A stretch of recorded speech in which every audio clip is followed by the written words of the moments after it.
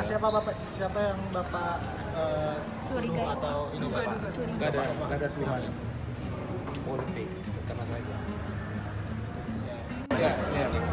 Tentang Idil, saya nggak tahu gimana. Apakah dia jadi tersangka juga?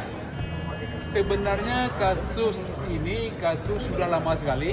Sudah ada 4 tervonis terpidana dan saya juga udah pernah diperiksa menjelang pilkada dan sekarang jadi naik lagi setelah saya pra peradilan dan doka itu naik ini. Jadi intinya saya tidak pernah nyuruh, saya tidak pernah diberitahukan, saya tidak pernah menerima.